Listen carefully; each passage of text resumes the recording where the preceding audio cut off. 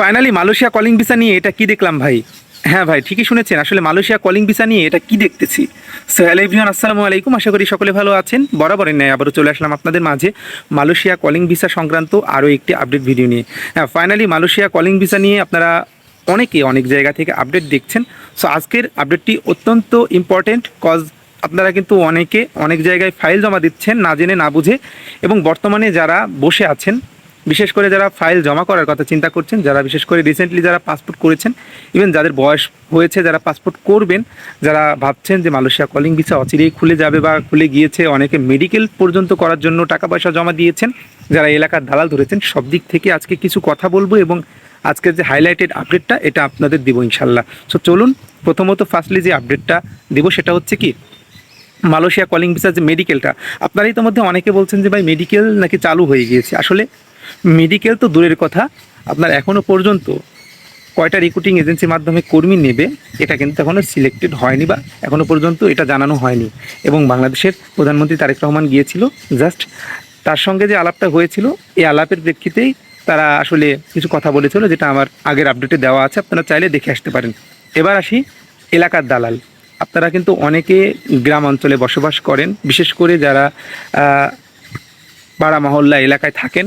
So তাদের সামনে কিছু দালাল আছে যারা এজেন্সির এজেন্ট, কজ তারা কিন্তু এজেন্সির এজেন্টের কাছ থেকে, অর্থাৎ এজেন্সির কাছে কিছু ক্লায়েন্ট পাঠিয়ে তারা কিন্তু মোটা অঙ্কের টাকা কিন্তু হস্তান্তর করে নেয় এবং তাদের পকেটে ঢুকায়।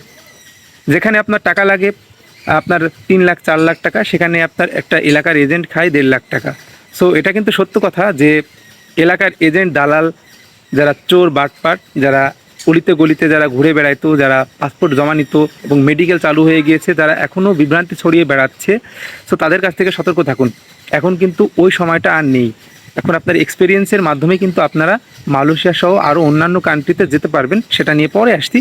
সো আরও একটি কথা, সেটা হচ্ছে যারা বাংলাদেশ থেকে মালয়েশিয়া যাওয়ার জন্য বসেছিল এবং যারা পাসপোর্ট জমা করেছিল, যারা পাসপোর্ট জমা দিয়েছে, যারা মেডিকেলের টাকা পয়সা জমা দিয়েছে, আমি কিন্তু ভাই আগেও বলেছিলাম যে আপনারা টাকা পয়সা জমা দিবেন না, কারণ টাকা পয়সা জমা দিলে আপনারা কিন্তু প্রতারিত হবেন এবং বিভ্রান্তিতে পড়বেন। এখনও পর্যন্ত যে কবে নাগাদ চালু হবে মালয়েশিয়া কলিং ভিসা, এটা নিয়ে কিন্তু এখনও পর্যন্ত সুস্পষ্টভাবে কোনো বার্তা পাওয়া যায় নাই। সো এবারে আসি যে যারা আসলে ফ্লাইট আটকা পড়েছিল, যারা যেতে পারেনি, তাদের কি অবস্থা। আসলে তাদের মধ্যে কিছু সংখ্যক কর্মী পাঠানোর কথা ছিল, কিন্তু এখনও পর্যন্ত ওই রকম কোনো আপডেট পাওয়া যায়নি, বা ওই রকম কোনো আপডেট আসে নাই, বা তাদের জন্য কোনো প্রকার বার্তা আসে নাই যে কবে নাগাদ তাদের নিবে বা কবে নাগাদ মালয়েশিয়ায় তারা যাবে, এরকম কোনো আপডেট এখনও পর্যন্ত আসে নাই। অর্থাৎ সব মিলিয়ে একটি কথাই বলবো যে মালয়েশিয়ায় কর্মী পাঠানোর জন্য, অর্থাৎ যারা কর্মী পাঠিয়েছিল, যে সকল এজেন্সি, তার মধ্য থেকে বাংলাদেশ থেকে 49টি রিক্রুটিং এজেন্সি বহিষ্কার, অর্থাৎ 49টি রিক্রুটিং এজেন্সির লাইসেন্স বহিষ্কার করেছে বাংলাদেশ সরকার, অর্থাৎ বিএমটি। এটা শুনে হয়তো বা অনেকের কাছে নতুন লাগতে পারে, অনেকে কিন্তু দেখে ফেলেছেন এটা।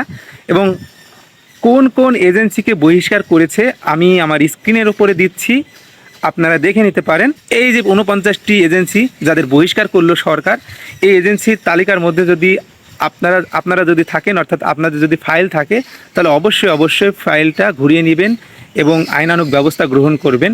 কারণ এই 49টি এজেন্সি কিন্তু প্রতারিত করেছে, বিভিন্ন জায়গায় কর্মী পাঠিয়েছে এবং কার্যক্রম খুবই লো, এবং বাংলাদেশ থেকে বিভিন্ন এজেন্ট ধরে, অর্থাৎ আমি বললাম এলাকার এজেন্ট ধরে, দালাল ধরে, অর্থাৎ কর্মী পাঠিয়েছে।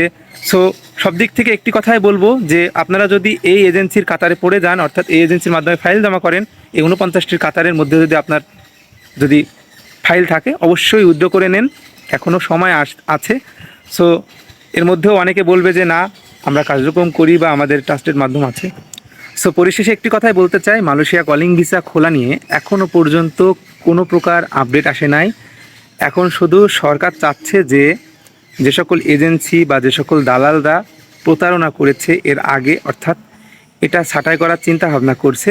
কজ আমি যতটুকু মনে করছি যে, এবং যতটুকু মনে করি যে আগে মালয়েশিয়া কলিং ভিসা খোলার আগে পর্যবেক্ষণ করা উচিত যে বাংলাদেশে যারা প্রবাসীরা যারা মালয়েশিয়াতে আছে, ইভেন যারা বাংলাদেশ থেকে যেতে পারে নাই, এবং যারা এই প্রতারণাগুলো করে বা প্রতারণাগুলো ছড়ায়, এবং যারা টাকা পয়সা জমা নেয়, যে সকল এজেন্সি এজেন্ট দালাল, সো তাদেরকে আগে বহিষ্কৃত করে তারপরে পূর্ণাঙ্গভাবে, সেটা 5-6 মাস লাগুক, সমস্যা নাই, তবে বাংলাদেশ থেকে একটা কর্মী যাক, একটা যেই কাজে নিয়ে যাবে সেই কাজ অনুযায়ী যাক, নিজের যোগ্যতায় যাক। আর সরকারের কাছে একটি আকুল আবেদন থাকবে, যারা সরকারের উচ্চ মহলে আমার ভিডিওটি দেখছেন, অবশ্যই ডেলিগেট ব্যতীত কোনো কর্মী যেন বিদেশে না পাঠানো হয়। অর্থাৎ সরকারি মাধ্যম ছাড়া কোনো সরকারি ট্রেনিং ব্যবস্থা আপনারা চালু করুন, সরকারি ট্রেনিং ব্যবস্থা ছাড়া কোনো কর্মী যেন বিদেশে না যায়, এবং সঠিক কোম্পানির মাধ্যমে, সঠিক এক্সপিরিয়েন্সের মাধ্যমে। অর্থাৎ অনেকে আছে যে মেডিকেলে ফিট না, কিন্তু মেডিকেল না করে অনেকে বিদেশে যায়, অনেকে পুশিং করে যায়। সো এটাই বলবো যে মালয়েশিয়া কলিং ভিসা এখনও খুলে নাই। সো খুললে অবশ্যই আপনাদের আপডেট দিব, আর এর মধ্যেও যদি কোনো আপডেট পাই অবশ্যই আপনাদের সতর্ক করবো ইনশাল্লাহ। তো সকলে ভালো থাকবেন, সুস্থ থাকবেন। এখনও যারা আমার চ্যানেলটি সাবস্ক্রাইব করেনি অবশ্যই চ্যানেলটি সাবস্ক্রাইব করে পাশে থাকবেন। ধন্যবাদ সবাইকে।